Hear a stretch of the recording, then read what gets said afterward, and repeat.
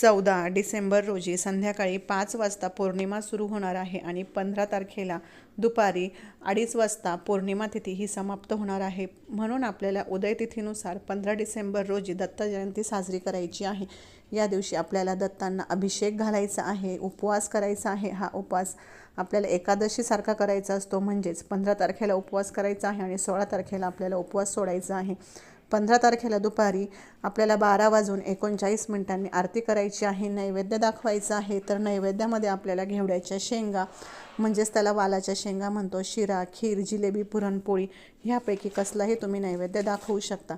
त्याचबरोबर गुरुचरित्राचा 4वा अध्याय वाचायचा आहे, स्वामीचरित्र सारामृताचा 1 वेळेस पठण करायचं आहे, 11 माळी स्वामी समर्थाचा जप करायचा आहे.